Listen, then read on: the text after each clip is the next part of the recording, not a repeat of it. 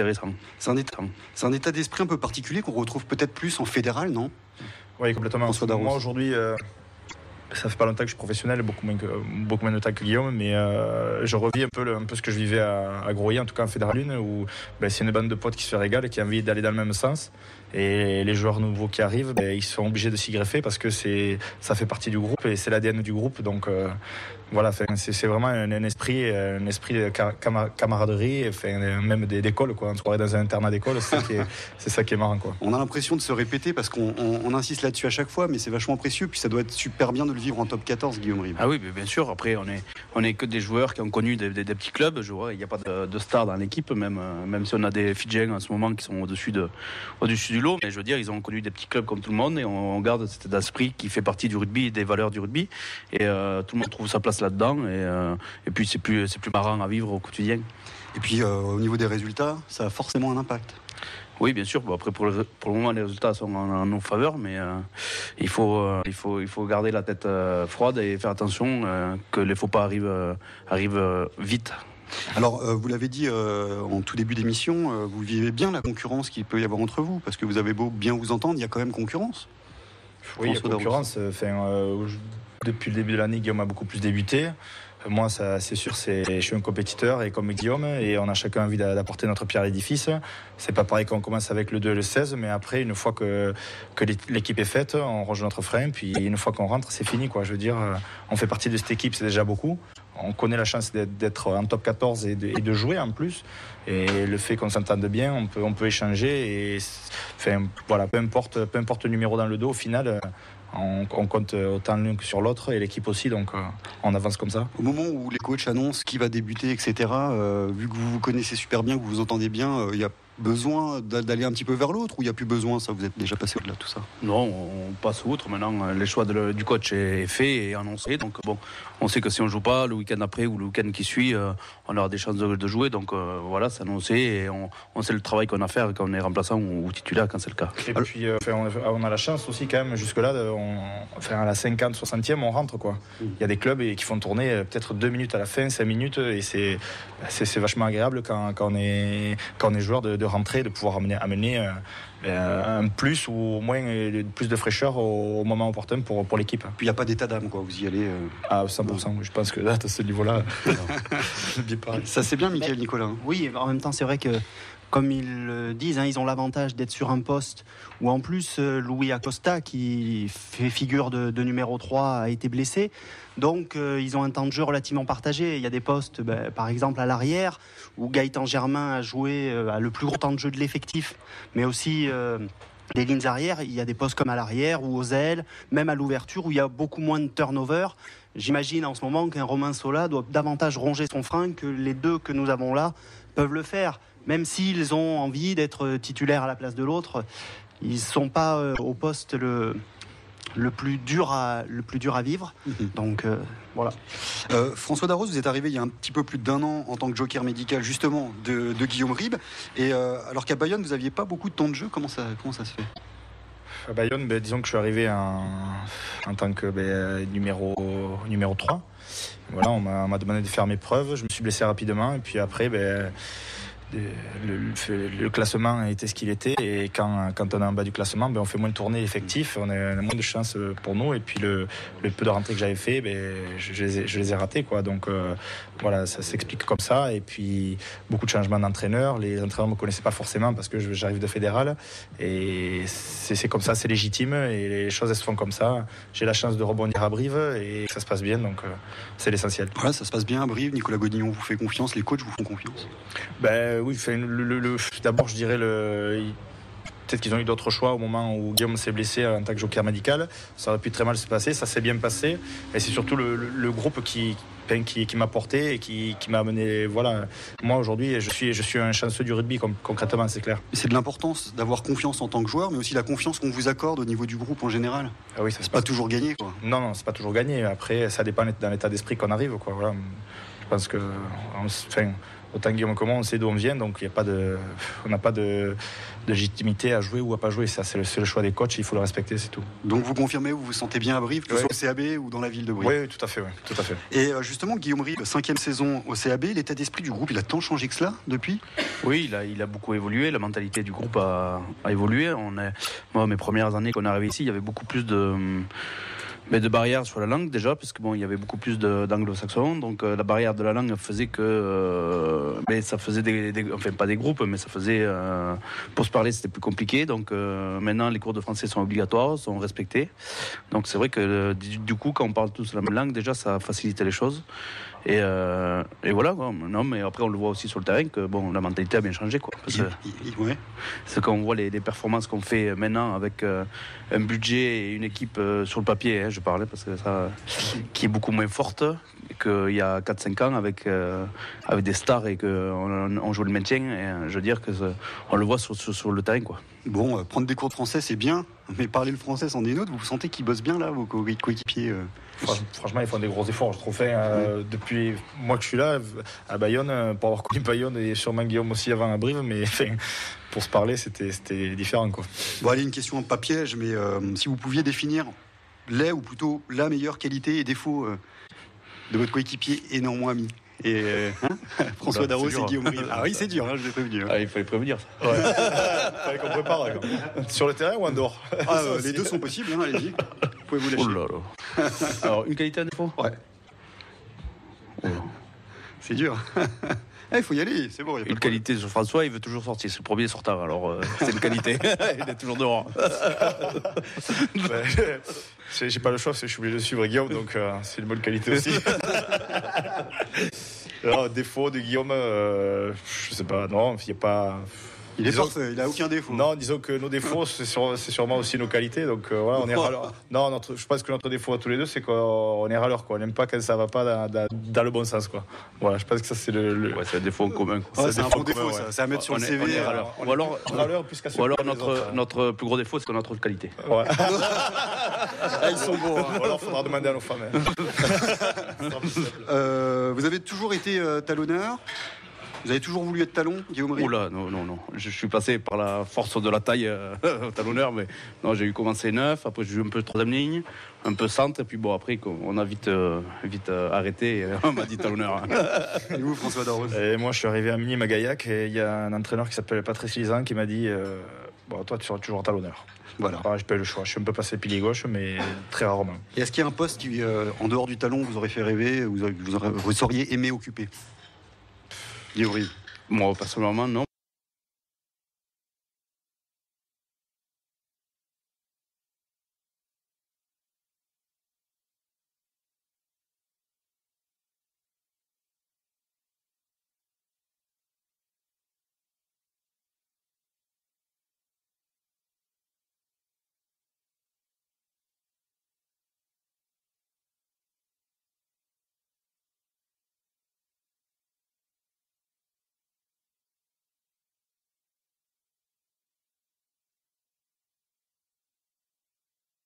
D'abord, le premier choix musical de Guillaume Ribe, Claude Nougaro, Toulouse sur France Bleu Limousin. À tout de suite. Voilà. Vous avez choisi ce morceau? Je suis né à Toulouse, donc c'est ma ville natale. Et comme on a gagné Toulouse, on peut se permettre de la passer. Donc voilà. Guillaume Ribe et François Darros sont avec nous jusqu'à 20h. C'est Bleu, Blanc, Noir. Officiel du CAB. Et nous sommes depuis le Café de Paris. Vous savez que ça a brûlé aux Collonges et nous sommes donc installés en face de la place de la Guerre, ici donc au Café de Paris. Nous sommes ce soir avec François Darros et Guillaume Ribe, les deux talonneurs du CAB, Michael Nicolas Delamontagne, Christophe Tastet de France Bleu Limousin. Ils sont toujours là. Alors avant de parler du sportif pur et dur, on a encore 2-3 questions pour apprendre à mieux vous connaître. Est-ce que vous avez un coin de France qui vous tient particulièrement à cœur? Vous venez de nous parler de Toulouse, on l'a entendu avec Claude Nougaro. Guillaume Ribe, est-ce qu'il y a un endroit que vous aimez tout particulièrement? On va pas dire Toulouse, mais je suis de la campagne toulousaine, donc on va dire mon village en gros de naissance, donc Castelnau-le-Châteaufond, où c'est que j'étais encore hier, donc voilà, on va dire que c'est là où j'ai passé la majeure partie de ma vie pour le moment, donc voilà, ça reste mon coin un peu fétiche. La spécialité culinaire là-bas? Oula, je sais pas. Bon, il y en a tellement. La spécialité culinaire, c'est les repas de ma maman.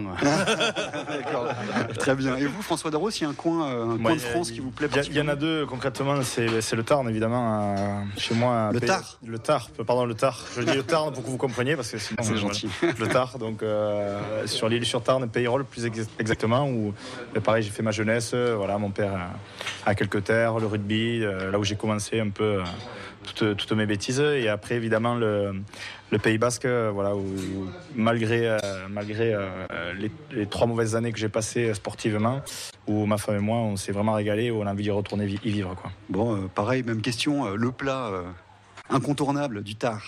Le quoi Le plat incontournable. J'irai à la charcuterie qu'on fait en famille. Ouais. Voilà, ouais. Ah, vous faites votre propre charcuterie? Oui, exactement. C'est pas mal ça. Il va falloir nous inviter là aussi. Hein. On a dit la même chose il y a 15 jours par rapport au petit plat de Laurent Ferrer, n'est-ce pas? Et vos passions en dehors du rugby, on sait qu'il y a la chasse pour Arnaud Mignardi, le poney pour Julien Le DVD. Et pour vous, Guillaume Ribe, vous chassez également? Oui, je chasse, pêche, enfin voilà, tout ce qui est en Corrèze, quoi. Je veux dire, je suis bétombé, donc non, c'est tout ce qui touche à la nature, les champignons, voilà. Bon, les apéros entre amis, entre chasseurs, entre mecs de l'équipe aussi, ça fait partie un peu de nos passions. Et vous, François Darros? Moi, j'aime beaucoup. Ma passion, c'est évidemment c'est manger, boire, me régaler avec les potes. Et voilà. Après beaucoup me balader, voyager. Voilà, essentiellement. Très bien. Une petite question contractuelle. Vous en êtes où au point de vue contrat, Guillaume Ribe? Moi, personnellement, il me reste encore un an. Cette saison, plus un an. D'accord. Et vous, François? Exactement pareil. D'accord. Donc, on n'est pas prêt. On va vous revoir. Pas de raison. Je le souhaite. C'est lié au maintien du club en top 14? Non, c'est un contrat. On avait signé, François avait signé 2 ans et moi j'avais signé 3 ans. Et voilà. Donc voilà. Très bien. Guillaume Ribe, on vous a vu marquer un essai sur le dernier match face à Toulouse dès la première minute de jeu. Un essai prédit. Il avait la boule de cristal, le coach des avants, Didier Casadei.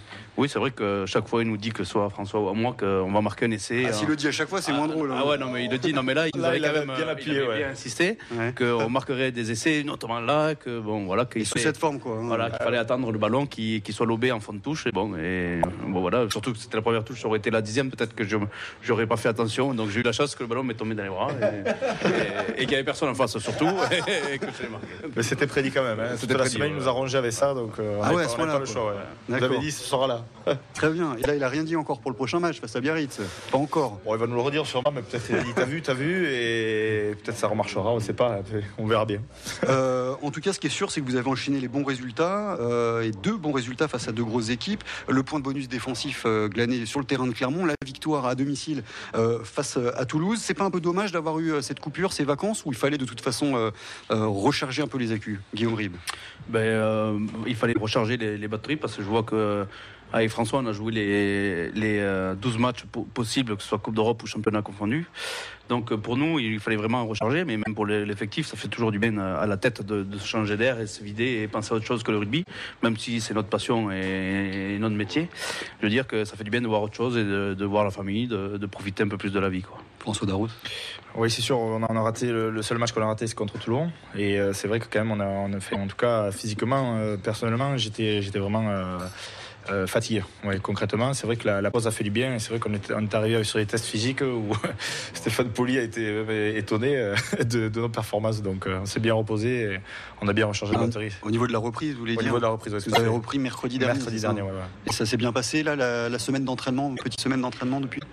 Oui, c'est une reprise. On a repris par les tests physiques, voir où on en était. Ça n'a pas trop perdu. Et au contraire, tous les tests sont positifs. Donc ça fait du bien de se reposer. Là, on a fait la petite reprise et on repart sur une semaine un peu type avec les entraînements, rugby, tout ça. Là, pour reprendre les automatismes plutôt, François Darros? On a déjà attaqué les automatismes déjà vendredi matin un peu. Et puis là, avec le retour de certains joueurs, blessures ou prolongement de repos, on va vraiment attaquer sur le vif du sujet dès cet après-midi. Enfin, dès mardi surtout. Donc ce samedi, c'est Biarritz qui se présente au Stadium en début d'après-midi et en direct bien sûr sur France Bleu Limousin avec Marie Brocry. Il n'y a pas un risque, je pense que vous en êtes prémunis, mais je vous pose quand même la question, de les prendre même inconsciemment un tout petit peu de haut, vu dans la panade dans laquelle ils sont, même s'ils ont gagné leur dernier match? Honnêtement, on a connu cette situation il y a quelques années, donc on sait très bien que les équipes sont vachement revanchardes et vachement en envie. Donc maintenant, on est prévenus et à nous de faire attention Et on sait très bien que les matchs de rugby, si on manque de respect par rapport à l'adversaire ou se voir gagner avant de jouer, ce qu'il y a de bien, c'est qu'au rugby, il faut jouer les matchs pour les gagner et c'est pas écrit d'avance. François Darros, ils viennent pour faire un résultat. Alexandre Ménil, pilier du BO, annonçait la semaine passée qu'à Brive, ils allaient y aller à fond. Voilà, vous savez à quoi vous attendre, quoi. Oui, parce que pour avoir connu la situation avec Bayonne, quand on est en bas du tableau, tous les matchs sont bons à jouer à fond et on est obligé, quand on est au pied du mur, d'avoir une victoire, de récupérer des points, quoi. Voilà. Nous, aujourd'hui, on sait où on en est, on sait où ils en sont. Le piège, je ne crois pas au piège, je crois surtout à l'agressivité et l'envie qu'on mettra dans le match et le résultat sera le meilleur qu'on pourra en tout cas. Mais je ne pense pas que le groupe... pense que Biarritz c'est une équipe faible parce qu'ils savent voyager, ils ont quand même des joueurs d'expérience, donc il faut se méfier quand même. On ne peut pas se tromper. Au bout d'un moment, il y a un peu l'énergie du désespoir aussi, j'imagine. Eux, ils n'ont plus le choix, ils doivent y aller à fond, sinon ils n'ont plus aucune chance de se maintenir. Oui, après c'est vrai que s'ils viennent perdre à Brive, c'est compliqué pour eux après. Donc mais ils viennent pour prendre des points. Et comme disait François, tous les matchs sont bons pour prendre des points. Donc on est avertis et on essaiera de faire le mieux pour gagner.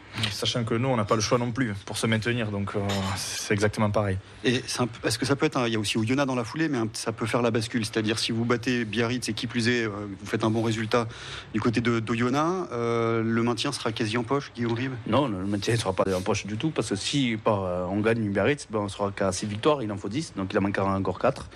Mais après, c'est vrai que ça peut nous faire basculer de gagner plus que 4 matchs il en restera 14, donc c'est vrai que 4 sur 14 c'est possible, et si on le perd, il faudra en gagner 5 sur 14, sachant qu'on reçoit des grosses équipes après.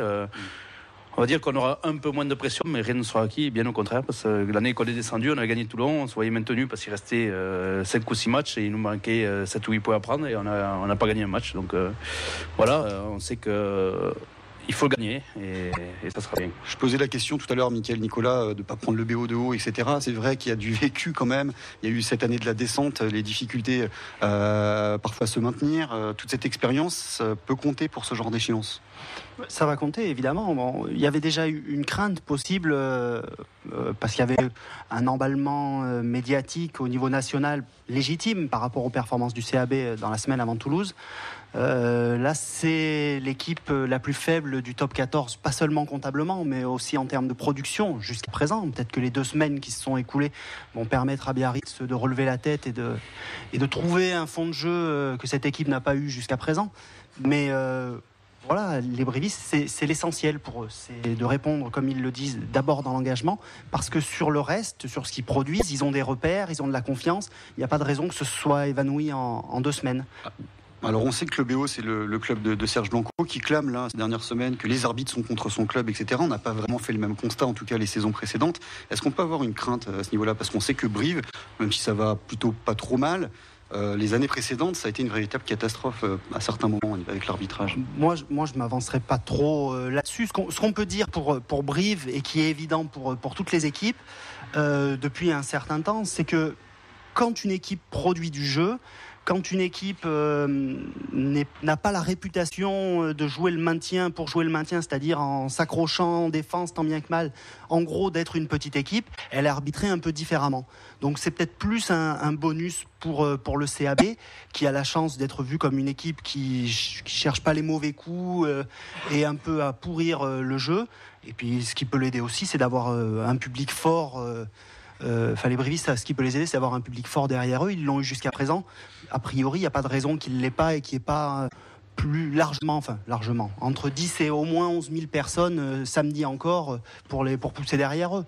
Une donnée assez grise, c'est humide. On sait un peu quel temps il va faire ou pas samedi après-midi? Vous en avez déjà parlé avec les coachs? Pas encore? Aucune idée. Si vous voulez, je vous dirai ça. On va voir ça.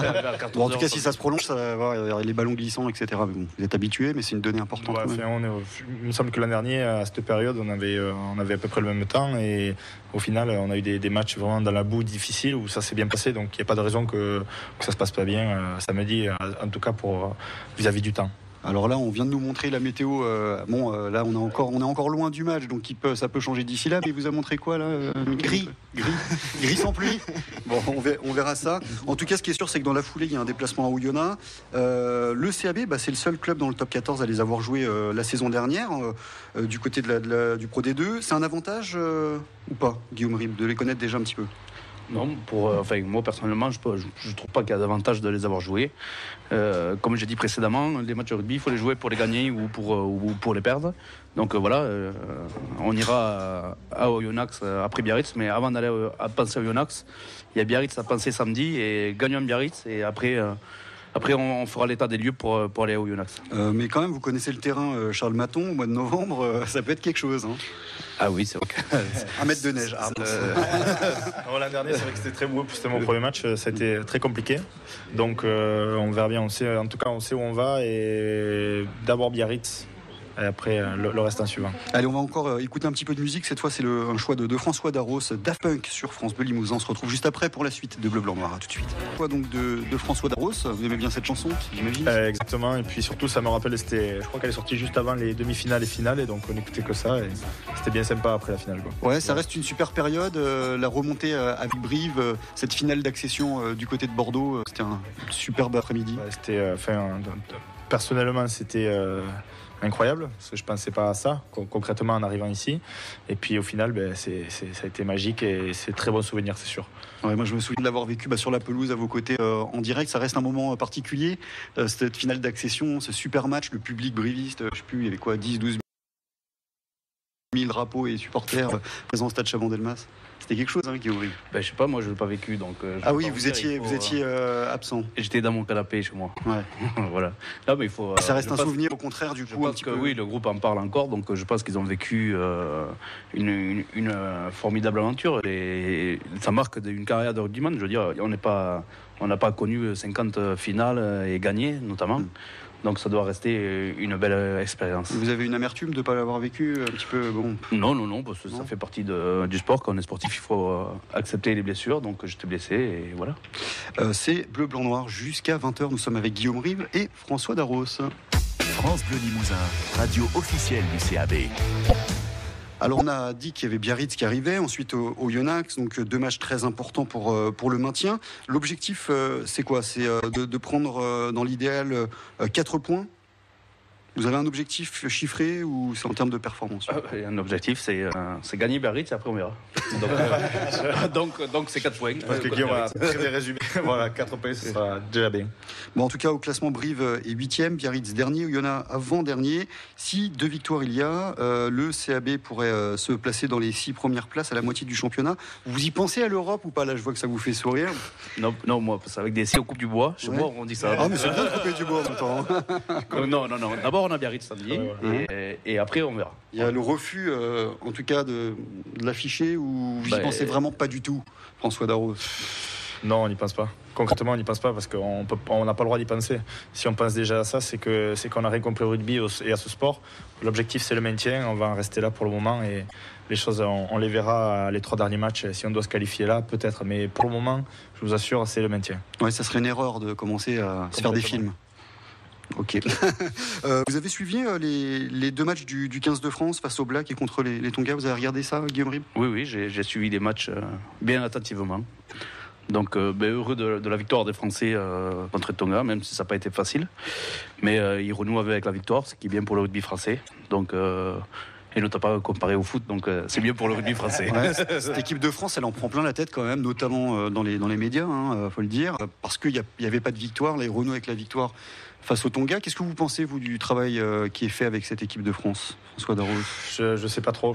Il y avait beaucoup d'attentes, c'est sûr, et bon, du coup, il y a beaucoup de frustration de tout le monde, parce que c'est vrai que le rugby est de plus en plus médiatique, l'équipe de France aussi, surtout avec le dernier mondial qui a mal commencé, qui s'est presque bien fini, j'ai envie de dire, jusqu'à la défaite en finale. Mais c'est vrai que l'équipe de France est en reconstruction, on le voit. Il y a le choc des générations aussi, il y a de plus en plus de jeunes et ça doit être difficile pour la vie du groupe, en tout cas pour le moment. Il y a beaucoup de turnover dans le groupe, donc voilà, l'essentiel c'est qu'ils renouent avec la victoire, que les choses se forment elle-même, et puis que ça se passe pour le mieux, quoi. Puis équipe de France, pas forcément au point pour les test matchs de novembre. Ça peut aussi, pourquoi pas, être un bon tournoi derrière. Non, mais bien sûr, moi je suis pas du tout inquiet pour l'équipe de France. Ils ont 7 ou 8 défaites consécutives, mais bon, dans les 7 ou 8, ils ont joué 4 fois les Blacks. Donc quand on gagne les Blacks, c'est vrai que quand on joue les Blacks, forcément, c'est dur de gagner. Donc bon, voilà, après ils essaient des joueurs, des jeunes, c'est bien, ça tourne. Pour moi, je trouve ça bien. Après, il faut se stabiliser sur une équipe pour le tournoi et essayer de remporter le tournoi cet hiver. Et les Bleus du foot, alors, vous avez fait référence à cette équipe juste avant, vous en pensez quoi, vous? Moi, je trouve ça un peu honteux, quoi, le résultat qu'ils ont fait en Ukraine. Je dis pas de perdre, on peut perdre, c'est comme dans le rugby, quand il y a meilleur, mais c'est des ingrédients qu'ils ont mis sur le terrain qui est un peu rageant. C'est vrai qu'on parle beaucoup de combat dans le rugby, c'est peut-être ce qui leur manque. On a vu que face aux Ukrainiens, peut-être la technique a été du côté de la France, mais en termes de combat... c'est sûr que dans l'engagement, pour avoir vu quelques images, parce que je suis pas un fanat de foot, donc voilà, mais pour avoir vu les images, c'est clair que les Ukrainiens se sont engagés à 100%, on l'a vu sur quelques moments de défensifs où il y a quelques beaux contacts pour une fois au foot, c'était intéressant. Bon, pour en revenir au rugby, est-ce que vous avez suivi les matchs de vos collègues fidjiens Wakani Borotu et Koya Maibole? Essayer de m'intéresser un peu. Personnellement, là où j'étais, Internet avait du mal à capter, donc j'avais pas la télé, et puis j'avoue que j'étais à la chasse pendant l'heure du match. Alors, je sais que vous avez regardé, vous, Michael Nicolas. Il y a eu un bon tampon, je crois, une action qui a retenu votre attention, non, Michael Nicolas? Oui, le fameux carton jaune dont Sissa Koya Maibole a écopé. C'était à la 67e du match, à la 67e minute du match, un plaquage à retardement sur le côté. Rien d'extraordinaire, mais bon, à vitesse réelle, c'était un peu impressionnant. L'adversaire s'est retrouvé dans les vestiaires directement, l'adversaire, non? Ça l'a poussé assez sèchement vers la touche, disons. Très bien. Et justement, est-ce qu'ils seront là samedi face au BO? Normalement, Wakani Borotu, ça devait être le cas. Petit doute sur Koya Maibole? A priori, nous, c'est ce qu'on a écrit déjà il y a une petite... il y a 3 semaines, avant le match de Clermont, ils étaient, à ce moment-là, Sissa Koya Maibole n'était pas encore appelé avec les Fidji, mais ils devaient être libérés, sachant que le match suivant des Fidji est un match hors calendrier international. Donc, quoi qu'il arrive, ils seront là pour jouer à Oyonnax. Et en principe, ils devraient être là pour jouer, sauf changement de dernière minute. Vous l'avez glissé tout à l'heure, que peut-être il y avait 2 joueurs qui ressortaient un peu, c'est les 2 Fidjiens, Koya Maibole et Wakani Borotu. Ça change le visage de cette équipe, c'est avec ou sans eux?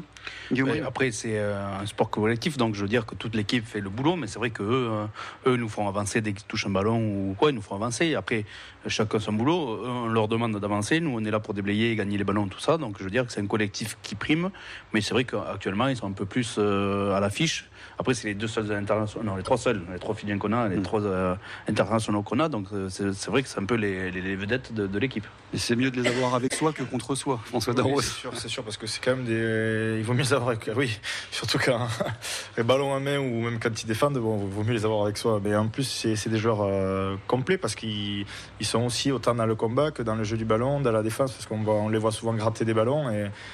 Ça fait partie du jeu de Brive et ils l'ont bien compris, donc ils sont à 100% dans l'état d'esprit.